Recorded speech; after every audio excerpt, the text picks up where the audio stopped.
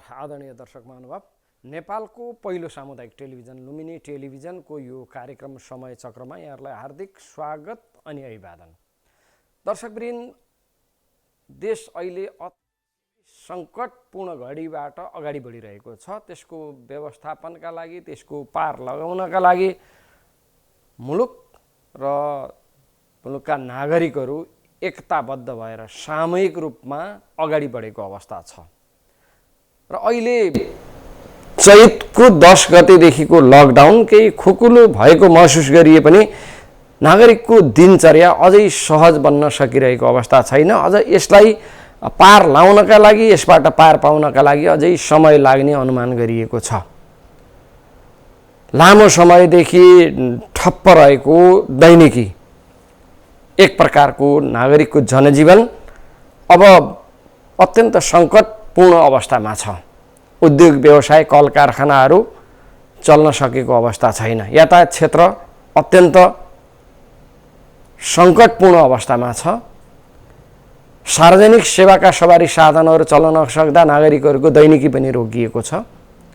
र यो सँगसँगै त्यस क्षेत्रमा लागेका लाखौँ मजदुरहरू बेरोजगार बन्ने अवस्था पुगेको छ। उद्योग चल्न नसक्दा अब उत्पादनका क्षेत्रहरू ठप्प हुने, रेमिटान्स बन्द हुने अवस्था विश्वभर कोरोनाको महामारीका कारण यो समस्या नेपालमा पनि देखिएको छ।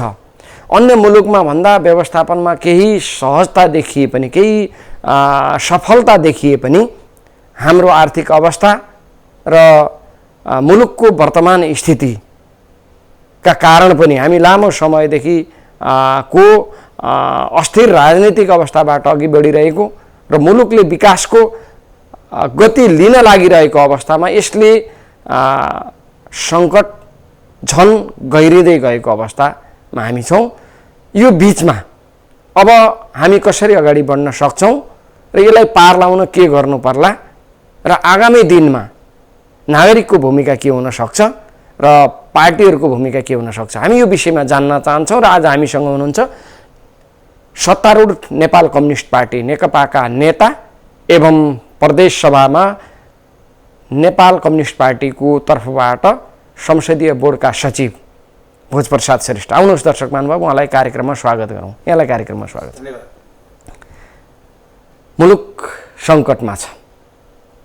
करिब 6 महिना भइसक्यो। मुलुक नागरिकहरूको दैनिकी ठप्प प्राय छ। के देख्नुभयो, के पाउनुभयो यहाँले आफ्नो निर्वाचन क्षेत्र मात्रै नभएर एउटा जिम्मेवार नेताको हिसाबले नागरिकको अवस्था के पाउनुभयो, कस्तो लाग्यो यहाँलाई? धन्यवाद जी। मूलत यो जुन महामारी कोभिड-19 सन्दर्भमा जो विश्वव्यापी रूपमा जुन खालको भयावह स्थिति खडा भयो, यस सन्दर्भमा नेपालले समय सन्दर्भमै आफ्नो चाहिँ कोभिड-19 को सुरक्षा प्रबन्धको निमित्त गरिएको प्रयत्न एककालको चाहिँ एउटा प्रभावकारी रूपमै अगाडि बढाउन खोजेको आभास हामीले सबैले पाएकै विषय हो। र त्यस क्रममा अगाडि बढिरहँदा जुन खालको बिचबिचमा हुने विविध खालका नागरिकका चाहिँ सवाल, सरकारका सवालको बिचको कतिपय दलहरूको बिचको समन्वयात्मक अभावको कारणले केही चाहिँ अब एउटा यसलाई जुन अन्त्यको निमित्त गरिनुपर्ने प्रयत्न हो त्यसमा कहीँ कतै अलिकति कमी भयो कि भन्ने चाहिँ अब विभिन्न ठाउँबाट उठेका प्रश्नहरू छन्। ती प्रश्नका बावजुद पनि जुन ढङ्गले महामारी नियन्त्रणका उपायहरू अवलम्बन गरियो, सीमित स्रोत साधनको बावजुद पनि त्यो अत्यन्त महत्त्वपूर्ण रूपमा सरकारले लिएको र त्यो ढङ्गले अगाडि बढेको महसुस चाहिँ जनताले गरेको मैले आभास पाएको छु। तथापि यसलाई अझै सुदृढ गर्नको निमित्त एउटा दलीय व्यवस्थामा दलीय संयन्त्रहरू परिचालित गर्ने र जनप्रतिनिधिहरूको परिचालनमा महत्त्वपूर्ण भूमिका अगाडि बढाउने सरकारी कर्मचारीहरू समेत यो परिवेशमा लकडाउनमा परेको कारणले उनीहरूको कामलाई पनि गतिशील बनाउनको निमित्त केही सीमित कर्मचारी मात्रै कार्यालय व्यवस्थापन राखेर बाँकी चाहिँ नि जनताको र हरेक क्षेत्रको गाउँ टोल समुदायसम्म जाने खालको एउटा अनुगमन प्रणाली प्रचार प्रणाली र त्यो सचेतना प्रणालीलाई गरेको भए मलाई लाग्छ त्यो 14 दिन 15 दिनको अभियानले एउटा जनतामा एक खालको एवेरनेस एउटा आउँथ्यो र जुन खालको लापरवाही हुने प्रवृत्ति छ त्यो प्रवृत्तिलाई धेरै न्यूनीकरण गर्न सकिन्थ्यो र त्यसमा हामी चुकेका छौँ। अन्यथा राष्ट्रिय अन्तर्राष्ट्रिय परिवेशमा हेर्दा सरकारले चालेका कदम र विभिन्न दलहरूले गरेको सहकार्य र सहयोग र अनि जनतामा देखिएको चाहिँ जुन खालको एउटा यसलाई निम्त्याउन पार्नको निम्ति चाहिँ गरिएको जुन जनताबाट सहयोग छ त्यो चाहिँ अपूर्व रूपमा महत्त्वपूर्ण नै छ। तथापि हामीले अहिलेको सन्दर्भमा विश्वव्यापी रूपमा जुन खालको झन्डै 9 लाखको मृत्यु यति बेला कोभिडको कारणले हुने गरेको छ भने झन्डै सङ्क्रमित 3 करोडभन्दा चाहिँ सेरोफेरोमा पुगिसकेको छ र यसमा निको सङ्ख्या पनि झन्डै 50% भन्दा निको समस्या पनि देखिन्छ। त्यो खालको अवस्थामा हेर्दाखेरि नेपालको सन्दर्भमा हेर्दा विश्वको तुलनामा यहाँको योजना कार्यान्वयन र नेपालको हावापानी परिवेश यसले गरेका वातावरणको हिसाबले सन्तोषजनक नै मान्नुपर्दछ। तथापि अब इन्डिया जुन एउटा विशाल जनघनत्व भएको क्षेत्र र खुला बोर्डर भएको कारणले पनि त्यहाँबाट हुने जुन खालको चाहिँ सङ्क्रमण हो त्यो निकै विरत रूपमा विगतमा बढेको र अहिलेसम्म पनि त्यो गतिशील अवस्थामा रहेको देखिन्छ। यो परिवेशमा नेपालीहरू भारतबाट आउनेको सङ्ख्या कम हुँदै गए पनि भारतमा जो महामारी जुन ढङ्गले बढ्यो जसले गर्दा वास्तवमा भन्ने भने भारत सरकारले त चाहिँ कोभिडबाट आत्मसमर्पण गरेकै देखिन्छ। किनभने उसले जनतालाई अनुशासित र प्रभावकारी ढङ्गले लान नसक्ने परिवेश देखेपछि जुन ढङ्गको घटनाक्रममा सरकारले कदम चाल्यो र त्यो कदमले चाहिँ वास्तवमा महामारी फैलिनुको मूल चाहिँ कारण भारतीय सरकारको नीतिले पनि असर पार्यो र जसले गर्दा नेपालसँग जोडिएको विषय भएको हुनाले निश्चित पनि बोर्डरलाई सिल गर्ने त्यसलाई अझै भूमिकाका साथ अगाडि बढाउने काममा नेपाल सरकारले अगाडि बढाएको छ। तथापि यसलाई अझै सशक्त र प्रभावकारी नगराउने हो भने बढ्दो भारतको सङ्क्रमण नेपालसँग जोडिएको अर्थतन्त्रको कारणले हुन सक्ने भयावह स्थितिलाई मध्यनजर गरेर अबको चाहिँ यसलाई नियन्त्रणको उपायहरू अझै चाहिँ कष्टपूर्ण ढङ्गबाट अगाडि बढ्नु जरुरी छ। र यो क्रममा अहिले देखा परेको कुरा के छ भन्दाखेरि अब लकडाउनबाट मात्रै समस्याको समाधान हुन्छ भन्ने कुरा WHO ले पनि अब त्यो कुरा लगभगै चाहिँ अन्त्य गरिसकेको अवस्था छ र 2 वर्ष 3 वर्ष भनेको जनताको निम्ति पुँजीवादी मुलुकको निम्ति अत्यन्त कठिनतम परिवेश हो। किनभने रोगले सँगसँगै भोगले बढी मान्छेको मृत्यु हुने सम्भावनाहरू अत्यन्त तीव्र रूपले बढिरहेको छ। तर अन्य चाहिँ दीर्घ रोगीहरूको मृत्यु जो नियमित मृत्यु हो त्यो पनि सङ्ख्याको गणना हामीले गरेका छैनौँ र त्यसप्रति पनि हाम्रो ध्यान जान सकेको छैन। त्यस अर्थमा अब जीवनलाई सहज ढङ्गले अगाडि बढाउनको निमित्त लकडाउनलाई न्यूनतम रूप पनि अब बन्द गर्नुभन्दा यसको विकल्पको व्यवस्थाको रूपमा हामीले मूलत सामाजिक दूरी सबभन्दा महत्त्वपूर्ण रहेछ जसलाई हामीले 1 मिटर भनेका छौँ यो 2 मिटरलाई चाहिँ कायम गर्न सक्नुपर्ने परिवेश खडा हुन्छ।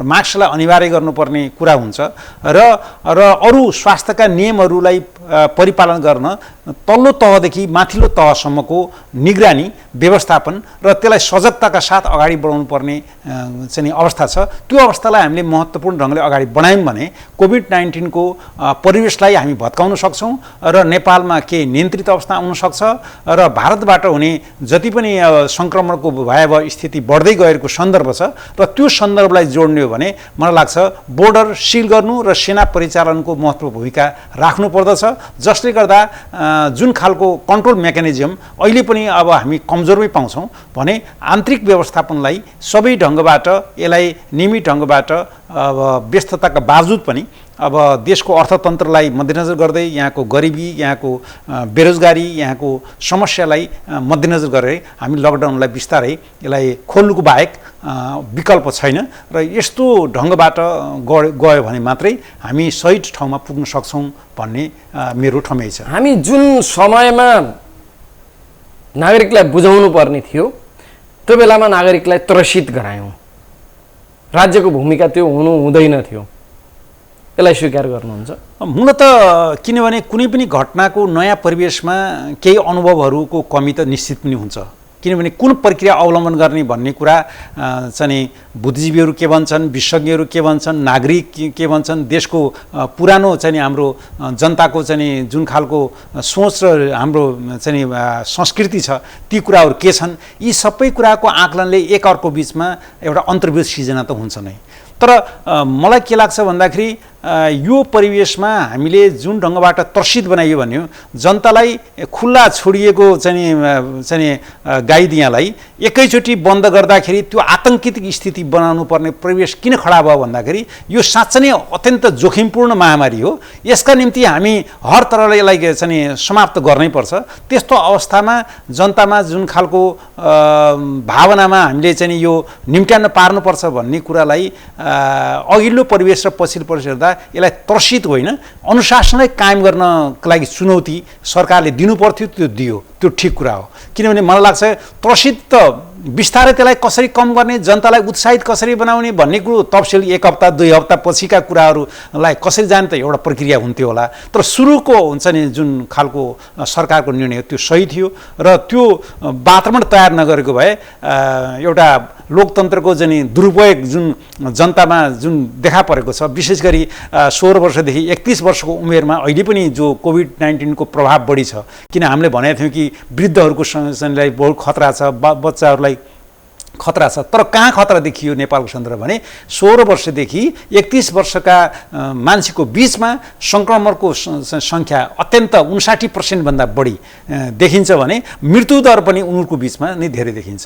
यसले गर्दाखेरि नेपालको सन्दर्भमा जुन अराजक परिवेशमा जुन खालको वातावरण हुर्किरहेको थियो त्यो वातावरणलाई नियन्त्रण गर्न विद्यालय बन्द गर्नु, अरू सामाजिक संस्थाहरूलाई सञ्चालनमा रोक लगाउनु, सरकारी कार्यालयलाई चाहिँ पनि त्यो मध्यनजर गर्नु र त्यो आवश्यक थियो। त्यो त्रसित होइन कि त्यो एउटा सचेतनाको निम्ति पहिलो कदम थियो। यसको मतलब हामीले नागरिकलाई बचायौँ, त्रसित गरायौँ कि बचायौँ? त्रसित भन्ने होइन, त्यसलाई सचेतनाको एउटा महत्त्वपूर्ण कडी रूपमा त्यसलाई लियौँ। यहाँको पार्टीका अधिकांश नेताहरू यो प्रदेशको सन्दर्भमा र मुलुककै सन्दर्भमा कुरा गर्ने, हामी अलि बढी प्रदेशमा केन्द्रित हौँ। जनप्रतिनिधिहरूको हिसाबले स्थानीय पालिका र प्रदेश सरकारमा यहाँको पार्टीको नेतृत्व छ, वर्चस्व छ। पहिलो लकडाउनको पहिलो 10 दिनभित्र पालिकाहरूले ती नागरिकहरूलाई राहत वितरण गरे, खान पाएनन् भनेर,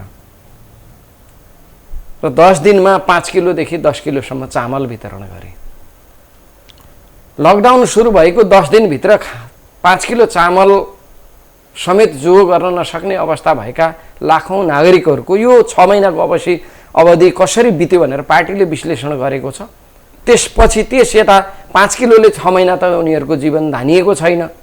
उनीहरूको बारेमा पार्टीले सोचेको छ या प्रदेश सरकारले के योजना बनाएको छ, के पाउनु भएको छ? प्रदेश सभामा यो विषय कसरी अगाडि बढेको छ?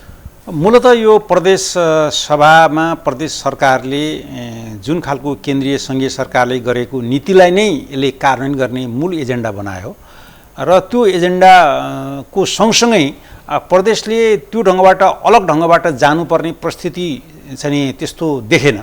र जहाँसम्म मलाई लाग्छ कि सुरुमा जुन खालको पहिलो लकडाउन पहिलो हप्ता दोस्रो हप्तासम्मको जुन खालको जनतामा आएको प्रेसर छ, त्यो प्रेसर भनेको गरिब विपन्नहरूलाई खाद्यान्न वितरण नै राज्यको मूल दायित्व हो र त्यो दायित्वलाई सम्झिरहँदा नागरिक समाजलाई जुन खालको विभिन्न सङ्घ संस्थालाई जुन खालको एउटा परिवेश खडा भयो र यो गर्नुपर्छ भन्ने एउटा उत्साह पनि दिइयो। त्यो उत्साहलाई चाहिँ प्रक्रियागत रूपले भन्नुपर्दा सुरुका दिनहरूमा राज्यले कुन ठाउँमा कति स्केलमा हाम्रो चाहिँ नि खाद्यान्नको आवश्यकता हो र कुन ठाउँमा कुन सङ्ख्या कमी छ र त्यो भुकमरीले पर्ने समस्याबाट सुरुको अवस्थामा को पीडित हुनसक्छ भन्ने कुराको आकलनमा हाम्रो कमजोर हो। जसले गर्दाखेरि एउटा एक खालको भन्ने हो भने कष्टै चाँडो बाँडेर बढी नाम कमाउने चुनावी प्रचार जस्तो यो प्रक्रियामा चाहिँ लाग्दाखेरि राज्यले त्यो नागरिक समाजलाई खुल्ला गरिदियो र पैसा जम्मा गर्ने कुरा स्वाभाविक रूपमा त्यो एउटा लक्ष्य बनाउनु पर्थ्यो। त्यसमा नराम्रो होइन, त्यो राम्रो पक्ष हो। कोष बनाउने कुरा, कोभिड-19 को कोष बनाउने राम्रो कुरा हो।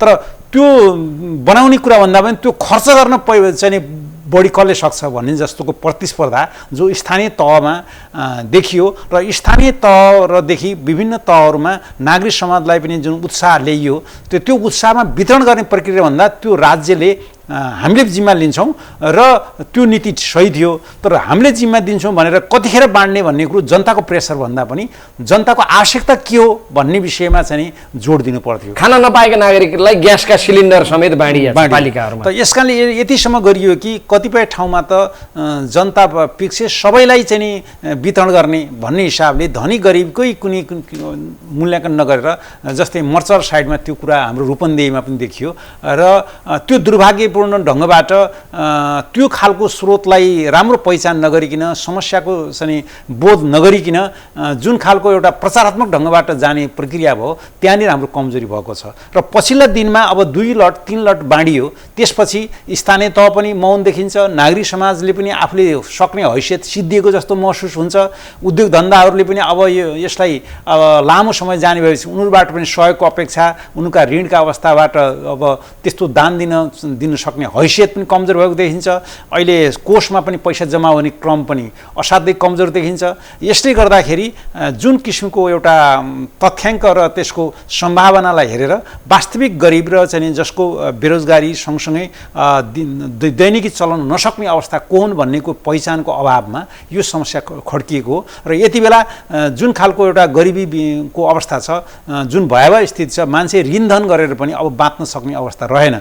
यस्तो अवस्थामा त्यस्ता गरिब वर्ग जसले चाहिँ नि यो खाद्यान्नको आपूर्ति र बेरोजगारीको कारणले जुन समस्या भोग्नु परेको छ यो अत्यन्त पीडादायक छ। जसले गर्दा हामीले भन्ने गरेका छौँ रोगले भन्दा भोकले नै महामारी भन्दा बढी मृत्यु हुने सङ्ख्या बढ्ने जाने र मान्छेहरू त्यो एउटा साइकोलोजिक इफेक्ट पनि बढ्दै जाने र आत्महत्याको प्रकरणहरू बढ्ने र त्यो खालको स्थिति देखा पर्छ। हामी जुन ढङ्गले व्यवस्थापन गर्न सक्नु पर्थ्यो त्यो गर्न सकेनौँ, केही कमी कमजोरी रह्यो र समन्वयको अभावमा। र अहिले आउँदा फेरि सरकार पेचिलो ढङ्गले र अलि बढी गैर जिम्मेवार ढङ्गले लागेको हो कि भन्ने जस्तो देखिन्छ। नागरिकहरू विशेष गरेर उद्योग व्यवसायमा लागेका मान्छेहरू अलिकति अप्ठ्यारोमा देखिएका छन्। पहिलो लकडाउन खोलिसकेपछि सरकारले करतिर भन्यो, विभिन्न ढङ्गले कार्यालयहरू सञ्चालन भए तर जरिमाना लगाउन सुरु गरियो। उद्योग व्यवसाय सञ्चालन भएको छैन, घरबेटीहरूले घर भाडा माग्ने अवस्था छ, तर उद्योग व्यवसायहरूले त्यो तिर्न नसक्ने अवस्थामा बुटवलका मात्र होइन कि अधिकांश सहरहरूमा घर, होटल व्यवसाय, उद्योग धन्दा, कल कारखाना चल्न नसकेर व्यवसायहरू आजित परेको, आहत भएको अवस्था छ र घर खाली भएको अवस्था पनि छ। अब यसमा सरकारले के गर्नुपर्छ, के गर्न सक्छ? मूलत अहिलेको परिवेशमा जुन खालको राष्ट्रको चाहिँ एउटा जुन चुनौतीबाट विश्वव्यापी रूपमा पनि समस्या छ, नेपाललाई पनि त्यो समस्या नपर्ने कुरा भएन। तथापि अब यो लामो अवधिमा लकडाउनमा गइरहँदाखेरि यो 6 महिनाको अवस्थासम्म पार गर्न लाग्दा र अहिलेसम्म आइपुग्दाखेरि उद्योग धन्दाहरू पुनः ठप हुनु अर्थ श्रमिकहरूले खानपानको व्यवस्थामा चाहिँ अप्ठ्यारो पार्छ भन्ने कुरो सबैले बुझेकै विषय हो। र यो औद्योगिक मात्रै समस्या भएन, मूलत खानेको समस्या पनि त्यहाँ जोडिएको छ। र त्यो सँगसँगै त्यो खाने समस्याको आपूर्तिको प्रबन्ध सरकारले जति गर्नुपर्छ गर्न सकिन्थ्यो र त्यो अवस्थामा चाहिँ हामीले जुन अभाव सिर्जना भयो त्यो एउटा चाहिँ खालको अवस्था सिर्जना भयो भने, दोस्रो उद्योगहरू लामो समयसम्म रहिरहँदा र मध्यमकाले हुन् या ठुलो खालके हुन्, विशेष गरी अझै मध्यम र तल निम्न खालका उद्योगहरूलाई झन् एउटा ब्याङ्क लोनबाट चाहिँ विभिन्न खालका लोनबाट सञ्चालित हुन्छन् र उनीहरू त्यही कारणले गरिबीमा पुग्न सक्ने खतरा अझ व्यापक रूपमा बढ्दै जाने खतरा बढेको अवस्था देखिन्छ। किनभने यो दैनिकी चलाउने उद्योगहरू र लङ टर्मसँग चल्ने उद्योगहरूको र उनीहरूको ब्याज दरको चाहिँ हिसाबले हेर्ने हो भने साना उद्योगलाई ब्याज दर बढी छ भने ठुला उद्योगलाई ब्याज दर कम छ। र जनतामा चाहिँ एक खालको जुटिएको पैसाबाट ब्याङ्कमा जम्मा हुन्छ जनताको पैसा जो फिक्स्ड डिपोजिट हुन्छ, त्यो फिक्स्ड डिपोजिटको तात्कालिक परिवेशको चाहिँ त्यो रेट ब्याङ्क दर रेट लगभगै चाहिँ 13% भन्दा बढी फिक्स्ड डिपोजिट थियो र त्यो फिक्स्ड डिपोजिटले ब्याङ्कहरू तिर्न बाध्य थिए र त्यसलाई ब्याङ्कले राष्ट्र ब्याङ्कले त्यसलाई नियन्त्रण गर्न अथवा त्यसलाई परिवेश चाहिँले अब घटाउन सक्दैन थियो। तर सरकारको नीतिगत निर्णय के हुनु पर्थ्यो भने फिक्स्ड डिपोजिट जसरी ब्याङ्कले सङ्कलन गरेका छन् त्यसको दरमा एउटा सरकारले अब के गर्ने भन्ने कुरो सरकारको महत्त्वपूर्ण निर्णय त्यहाँ आवश्यक थियो। फिक्स्ड डिपोजिट मानौँ कि त्यसलाई 7% हामी झारेको भए मलाई लाग्छ ब्याङ्कहरूले आफ्नो ब्याज दरलाई उद्योगको ब्याज दरलाई जसरी 15% राख्ने उद्योगीलाई सिधै 5% झार्न सकिन्थ्यो। किनभने उता ब्याङ्कले दिनुपर्ने फिक्स्ड डिपोजिट पुरानै कायम रहने र उद्योगी तथा व्यवसायीहरूलाई दिनुपर्ने ब्याज दर घटाउन नसक्ने, लास्टमा 2% घटायो भने पनि त्यो कार्यान्वयन हुन सकेन। यसको अर्थ के भन्दाखेरि सरकारको त्यति बेलाको चाहिँ एउटा चाहिँ उद्योगी व्यवसायप्रतिको न्याय भएको छैन र त्यो न्याय गर्नको निमित्त त्यो बाटो अवलम्बन गरेको भए त्यो भुकमरीको समस्या जो श्रमिकहरूलाई दिन सक्ने तलब कुरा 2-4 महिनाको लागि उद्योगीहरूले दिन सक्थे, साना उद्योगले पनि दिन सक्थे। त्यो त 1 महिना पछि त अर्को महिना त उनीहरू दिन सक्ने हैसियतमै पुगेनन्। ठुल्ठुला प्रतिष्ठानहरू समेत चाहिँ जागिरबाट हटाउनु पर्ने, वेतन बिदा जबरजस्ती दिनुपर्ने र त्यो खालको परिवेश चाहिँ जाँदाखेरि त ठुला उद्योगले पनि 3 महिना पनि धाल्न नसक्ने, सानाले त 1 महिनाभन्दा बढी धान्नै नसक्ने परिस्थिति हुनुको सिर्जना सरकारको त्यति बेलाको चाहिँ ब्याङ्क सम्बन्धी त्यो ब्याज दरको विशेष छ, उद्योगी व्यवसायीहरूको मर्काको सम्बोधन गर्नुपर्ने छ, त्यो जनतासँग जोडिएको छ भन्ने कुरा हामी देखिनु पर्थ्यो। त्यो विचार नपुग्दाखेरि हामीले चाहिँ यो ब्याज दर घटाउन सकेनौँ, जसको परिणति चाहिँ यो करसँग जोडिने प्रश्नहरू, सरकार सञ्चालनमा बाधा परेका कुराहरू आए। ती स्वाभाविक थिए। सरकारमा रहेका जति पनि तल्लो वर्गदेखि माथिल्लो वर्गका कर्मचारीहरूले चाहिँ 3-4 महिनासम्म तलब नपाउने कारणले फेरि उनीहरूमा पनि त्यो समस्या खडा हुन्थ्यो। त्यसकारण त्यो सरकारलाई त्यो आवश्यकता पनि थियो। तर आवश्यकता हुँदाहुँदै पनि त्यो परिवेश यो सारातर्फ चाहिँ हेरिएको भए मलाई लाग्छ कि अलिकति यो खाद्य आपूर्तिमा अथवा मान्छेहरूको चाहिँ एउटा जीवन प्रक्रियामा सहज हुन्थ्यो र त्यहाँनिर उद्योग व्यवसाय मर्का परेका छन्। अब के गर्ने भन्ने हाम्रो चुनौती हो। यसलाई अब सधैँभर उद्योग व्यवसाय बन्द गरेर जीवन निर्वाह हुँदैन भन्ने कुरा लगभग WHO को भनाइबाट पनि आइसकेको हुनाले अब सरकारले त्यो बाटो लिनुपर्दछ र त्यो बाटो लिन खोजेको छ भन्ने आभास पनि आजभोलि हामी देख्छौँ र त्यसतर्फ जानको लागि अब सचेतना सबभन्दा प्रमुख कुरा हो। नागरिक सचेतना जो टोलसम्म जानको लागि कर्मचारीहरूको चाहिँ कार्यविभाजन हुनु पर्यो, जनप्रतिनिधिहरूको मूल दायित्व हुनु पर्यो।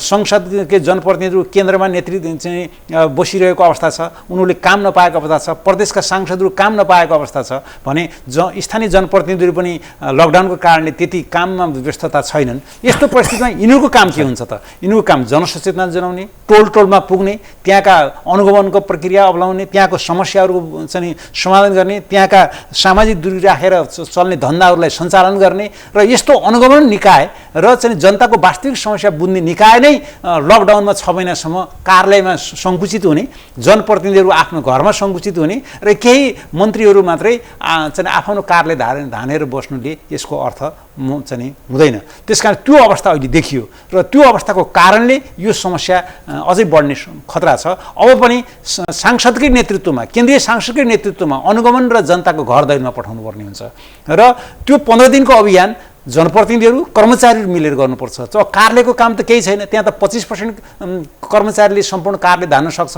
त्यहाँ एकीकृत चाहिँ हिसाबले सेवा सुविधा जनतालाई दिन सकिन्छ भने एकजनाले 6 जनाको काम गर्न सक्ने अवस्था छ कार्यालयमा।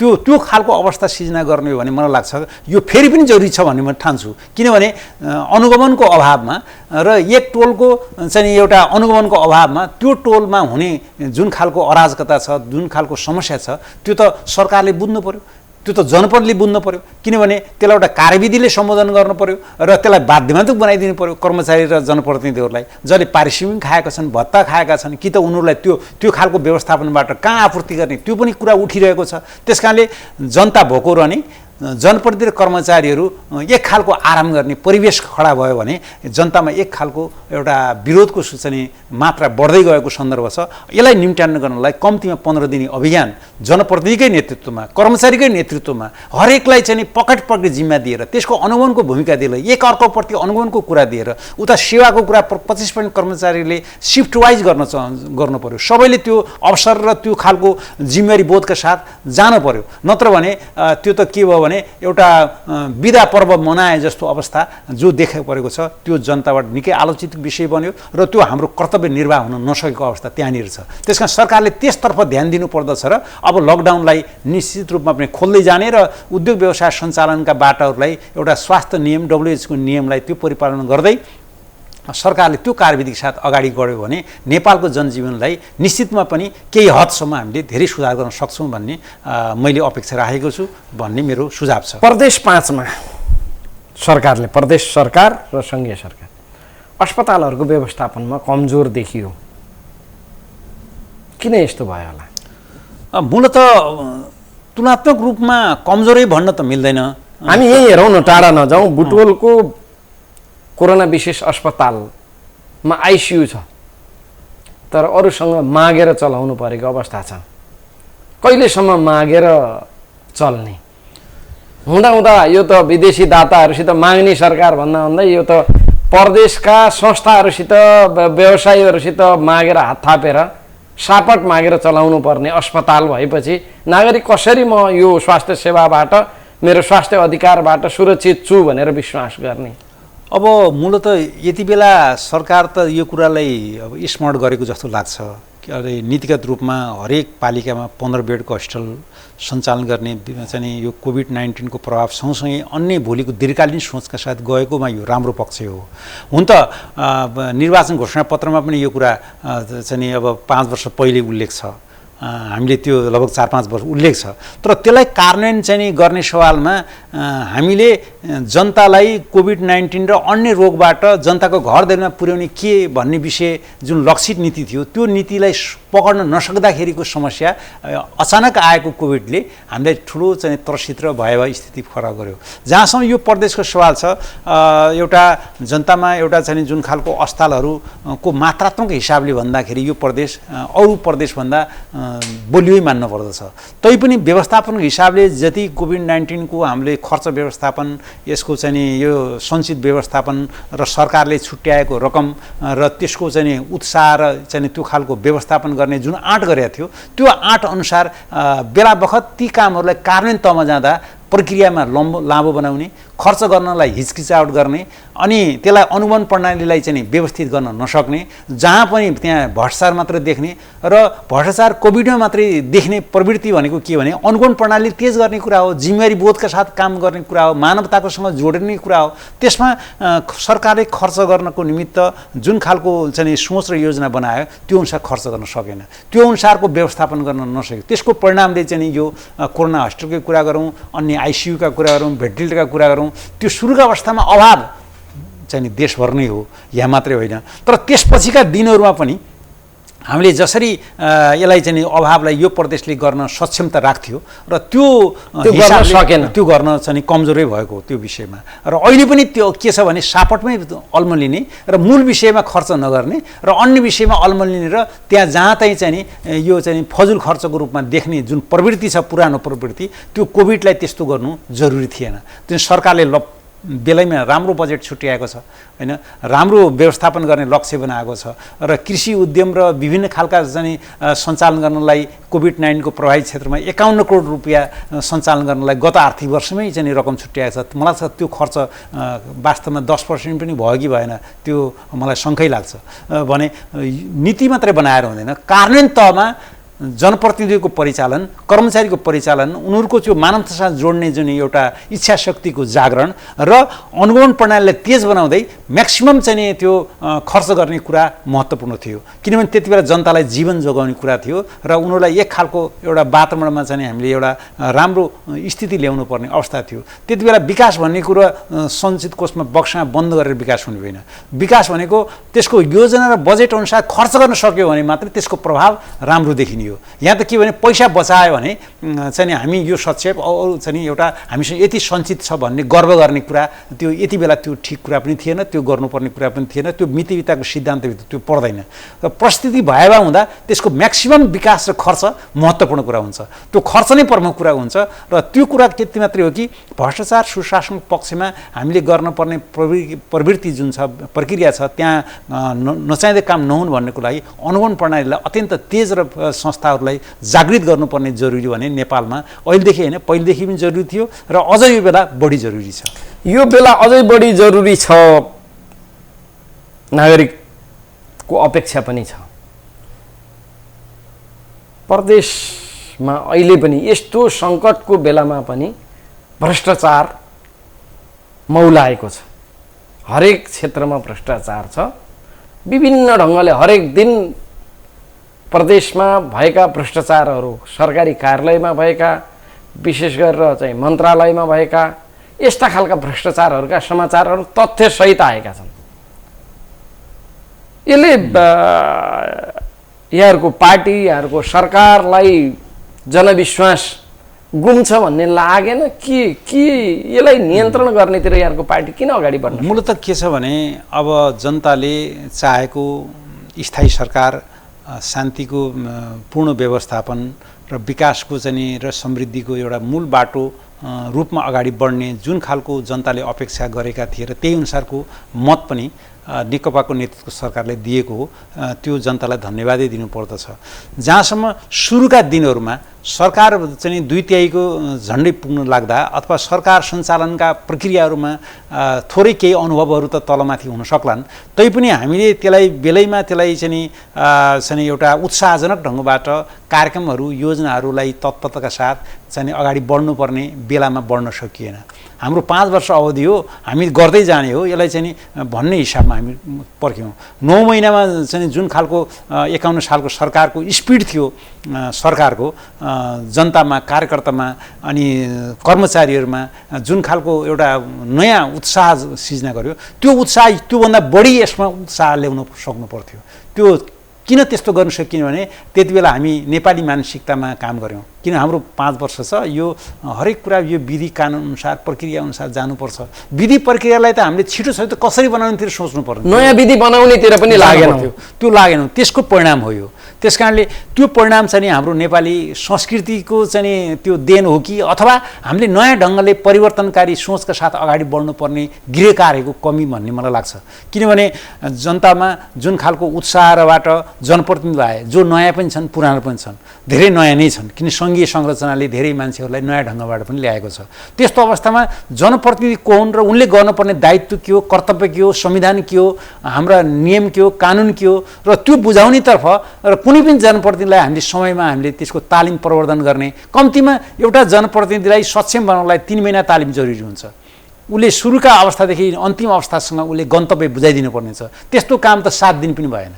7 दिन पनि नहुँदाखेरि त्यो कोरा चाहिँ जनप्रतिनिधिले हामीले ठुलो अपेक्षा राख्यौँ, एउटा चाहिँ एक खालको त्यो आन्तरिक चाहिँ उत्साह त देख्यौँ, तर त्यो उत्साह चाहिँ अनुभवहीन उत्साह र सरकारले दिएको नीति निर्णयलाई, संविधानलाई कार्यान्वयन गर्ने क्षमताको अभाव, त्यस्तो अभाव हामीले पालिका स्तरमा हामी तल्लो तहमा देख्छौँ भने प्रदेश तहमा त अलि सक्षम मान्छेहरू गएका छन्, तुलनात्मक रूपमा सक्षम भएका छन्। किनभने यो पहिलोपटकको सङ्घीय निर्वाचन भएको हुनाले त्यस्तो भयो, राजनीतिक अनुभव भएका, त्यसमध्ये बढी मान्छेहरू चाहिँ खारिएका र त्यस्तो मान्छेहरूको प्रदेशको उपस्थिति छ। प्रदेशलाई व्यापक परिचालन गर्नु पर्थ्यो र प्रदेश चाहिँ भइदियो के भने सबभन्दा परिचालनमा कमजोर प्रदेशहरू देखा परे। हाम्रा संवैधानिक अधिकारका सवालहरूमा प्रदेशलाई चाहिँ जुन कानुनले दिएको व्यवस्थामा अलमल गर्ने परिवेश खडा भयो, जसै अहिलेसम्म प्रहरी ऐन छैन, अहिलेसम्म निजामती ऐन छैन, जसले गर्दा सुशासनको प्रत्याभूति दिने मूल थलो नै बन्द छ प्रदेशमा।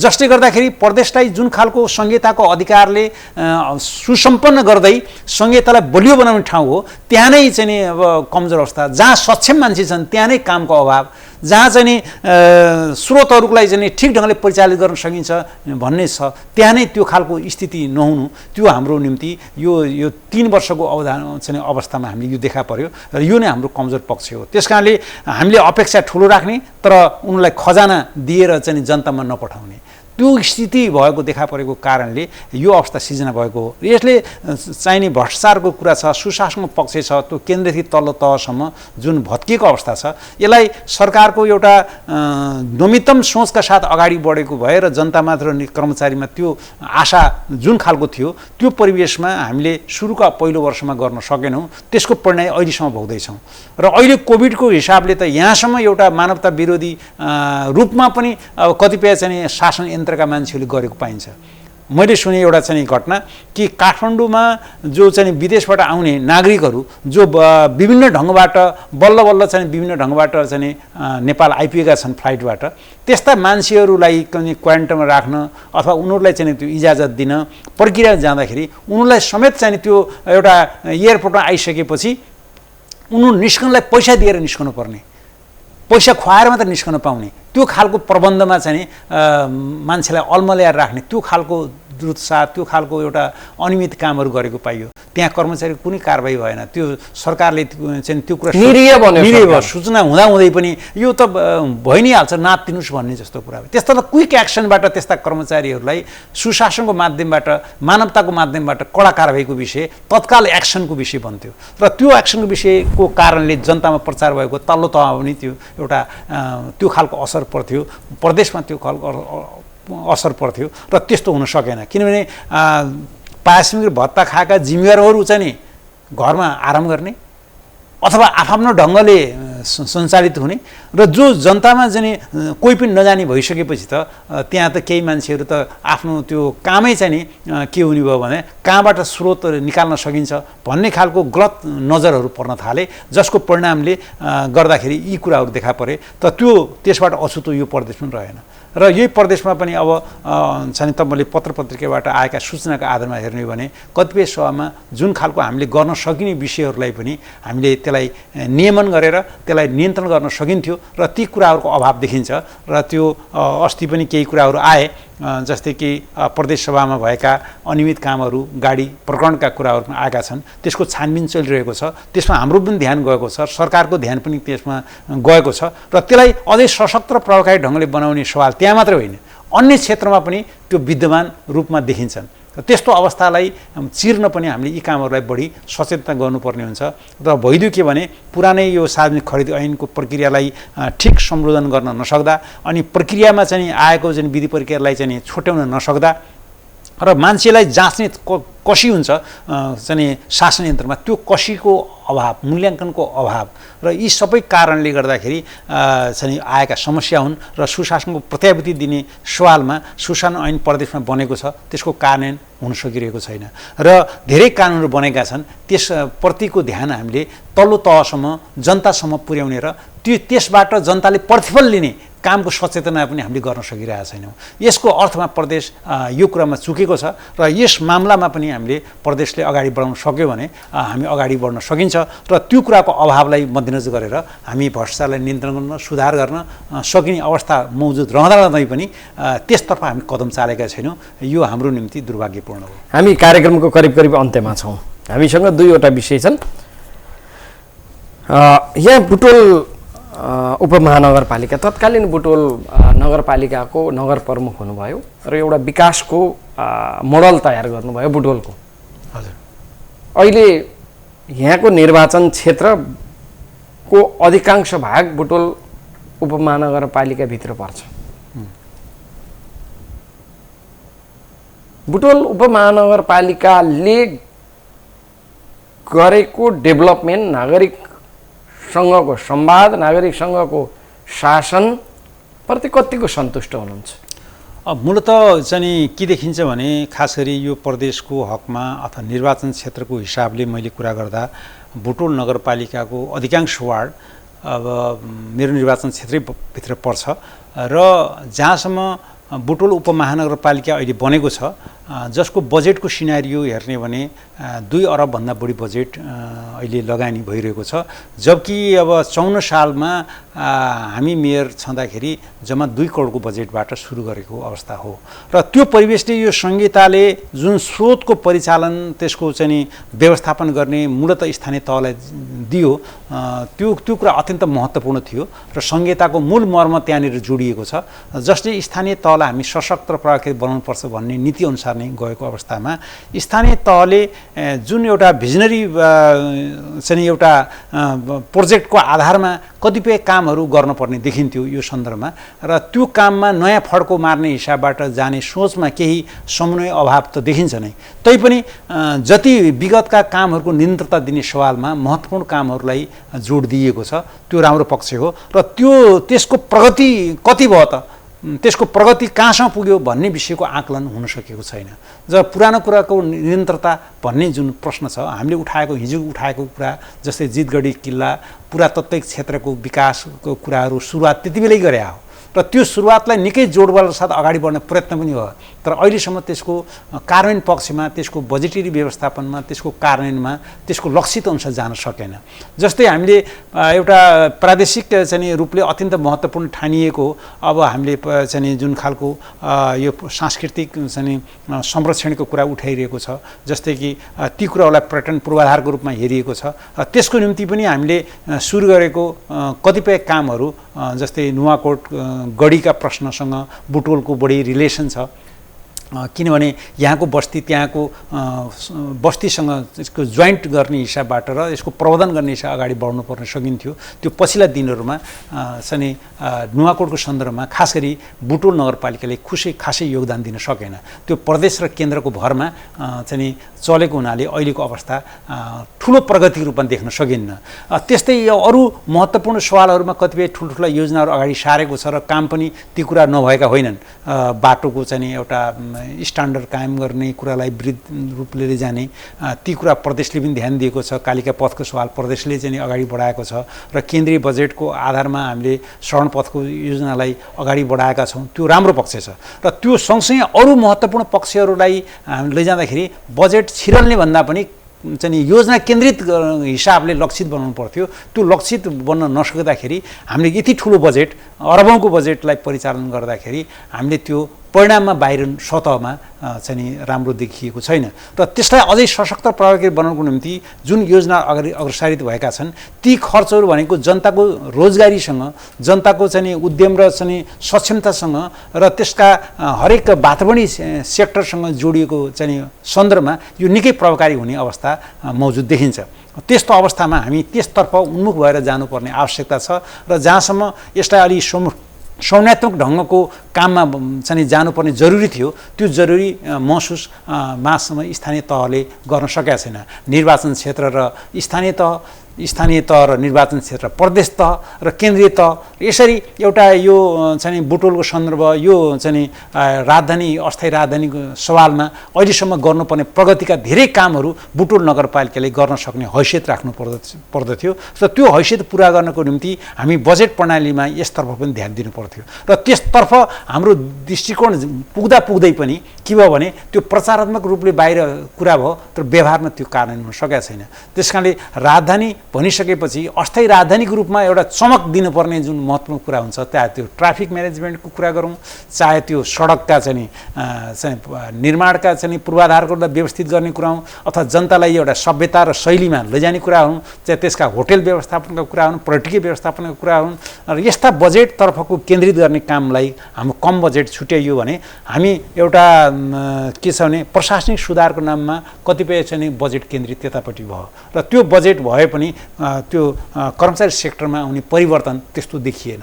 त्यसको परिणामले चाहिँ के देखाउँछ भन्दाखेरि ठुलो बजेट खर्च हुँदा र विकासलाई लङ टर्ममा लान सक्ने दृष्टिकोण चाहिँ अगाडि हुँदाहुँदै पनि त्यो व्यवहारमा पैसा अनुसारको खर्च व्यवस्थापन गर्न नसक्दा विकास कतै अल्मलियो कि भन्ने जनतामा परेको छ र त्यसलाई हामी माथि उचाल्नको लागि फेरि पनि स्थानीय तह, प्रदेश तह, केन्द्रीय तहको संज्ञात्मक गृह कार्य, योजना नीति कार्यान्वयनमा त्यो हुनुपर्दछ र त्यो गर्नको निम्ति हामी नगरपालिकाहरूलाई त्यो खालको चाहिँ सुझाव त हामी दिइरहेका छौँ र त्यो बाँकी रहेको यो दुईवटा बजेटलाई पनि त्यसलाई हामी राम्रोसँग संज्ञात्मक ढङ्गले काम गर्न सक्यौँ भने र बुटोल उपमहानगरपालिकालाई महानगरीय कन्सेप्टमा लाने जुन खालको योजना छ त्यसमाथि उठान गर्न सक्छौँ र यो ठुलो जनसङ्ख्यामा आधारित र एउटा यस प्रदेशको एउटा नमुना चाहिँ पालिका रूपमा स्थापित गर्ने सम्भावना यो निर्वाचन क्षेत्र अत्यन्त सौभाग्यपूर्ण पनि छ र व्यवस्थित योजनाहरू बनाउनको लागि ल्याकत राख्ने जनप्रतिनिधिहरू यसमा छन्। चाहे चाहिँ अब सङ्घीय तहको जनप्रतिनिधि जो चाहिँ आदरणीय माननीय चाहिँ विष्णु पौडेलको कुरा गरौँ, हामी हिजै काम गरेका मान्छेहरू यहाँ छौँ र प्रदेश सरकारको अस्थायी राजधानी भएको सारा प्रशासनिक केन्द्र यहीँ केन्द्रित छ भनेपछि बजेटको पर्याप्तताका बावजुद पनि विकासको गतिशीलमा जनतालाई त्यो खालको अनुभूत हुने खालका कामहरू दिन सक्ने नयाँ नवीनतम सोचहरूको आवश्यकता छ। त्यसको समन्वय हामीले गर्नुपर्दछ र त्यसका निम्ति अगाडि बढ्यौँ भने यो उपमहानगरपालिका साँच्चीकै यो प्रदेशको महत्त्वपूर्ण नेतृत्वदायी राजधानीको रूपमा स्थापित गर्न सक्ने पर्याप्त सम्भावनाहरू छन्। त्यसतर्फ हाम्रो ध्यान केन्द्रित हुनुपर्दछ र हामी पनि त्यसतर्फ लाग्ने जिम्मेवार भएर लाग्नलाई प्रतिबद्धता मैले जाहेर गर्छु। धन्यवाद। यहाँसँग धेरै विषयहरू अझ बाँकी थिए तर हाम्रो समय अभावका कारण हामी पुरा गर्न सकेनौँ। हामी पुनः फेरि अर्को कार्यक्रममा यहाँसँग जोडिनेछौँ। हवस् त दर्शक महानुभाव, हामी नेकपाका नेता तथा प्रदेश सभामा नेकपा संसदीय दलका बोर्डका सचिव भोजप्रसाद श्रेष्ठसँग कुरा गऱ्यौँ। वर्तमान राजनीतिक अवस्था, वर्तमान कोभिडको व्यवस्थापन, नियन्त्रणमा भएका गतिविधिहरू, पार्टीले खेलेका भूमिकाहरू लगायतका विषयमा छलफल गऱ्यौँ। हवस् त आजको कार्यक्रमका लागि निर्धारण गरिएको समय सकिएको छ। सम्पूर्ण युनिटका साथ मलाई पनि बिदा दिनुहोस्। नमस्कार।